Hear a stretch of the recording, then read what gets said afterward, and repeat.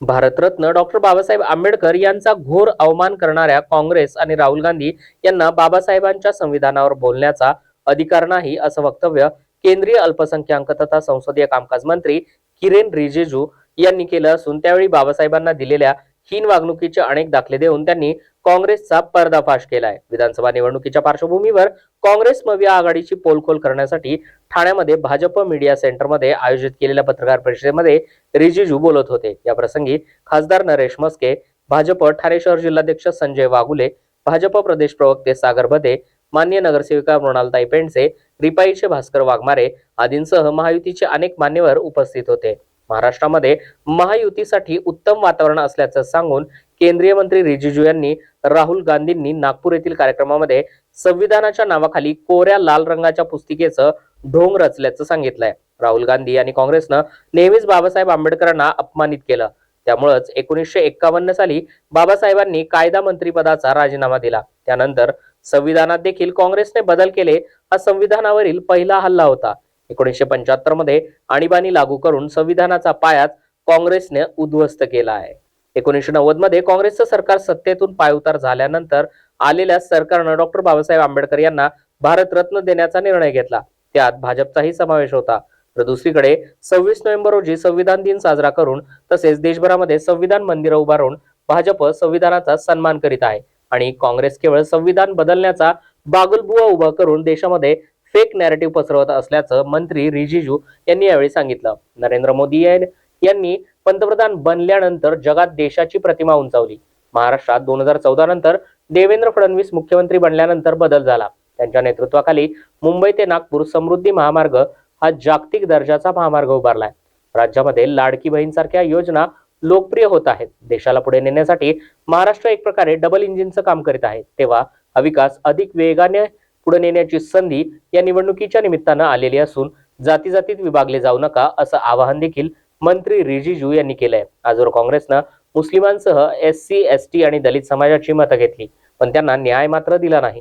या उलट भाजपने सबका साथ सबका विकास यानुसार 6 अल्पसंख्याक समाजांना समान दर्जा दिलाय। तर हिंदू समाजामध्ये फूट पाडून इतकी वर्ष काँग्रेसनं मुस्लिमांना मूर्ख बनवलं।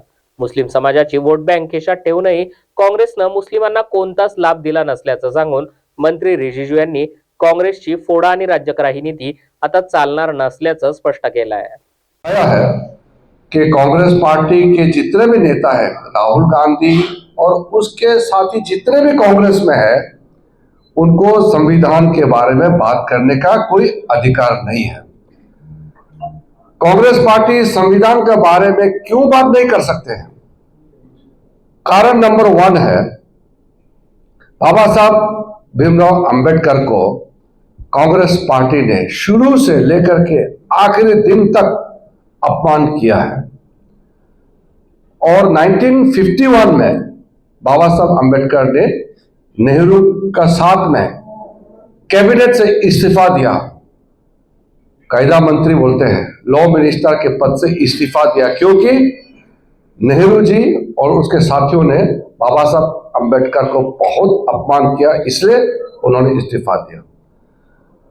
बाबा साहब इस्तीफा देने के बाद आगे जाकर के संविधान का जो प्रियम्बल है उसको 42nd अमेंडमेंट के तहत कांग्रेस ने बदलाव किया। यह संविधान के ऊपर में सबसे पहला हमला था।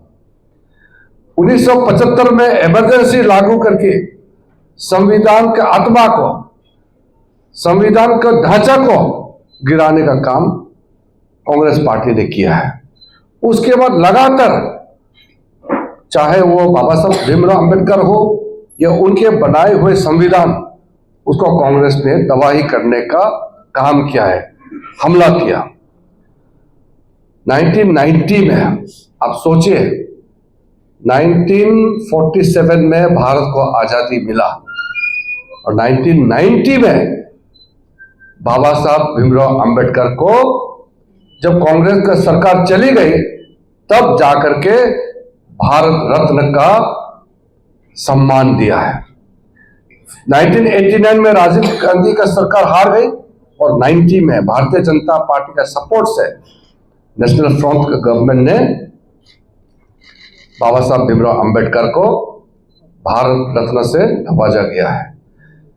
और रिजर्वेशन को लेकर के 1951 से पहले 49 में संविधान को अडॉप्ट किया। पंडित जवाहरलाल नेहरू ने संविधान सभा में रिजर्वेशन का विरोध किया, लेकिन बाबा साहब अम्बेडकर और साथियों ने मिलकर के रिजर्वेशन को संविधान में रखा। 1990 में राजीव गांधी जी ने ओबीसी का रिजर्वेशन का विरोध किया। ये सब रिकॉर्ड में है, पार्लियामेंट रिकॉर्ड में है। इसलिए राहुल गांधी के हाथ में संविधान किताब पकड़ना यह संविधान का अपमान है।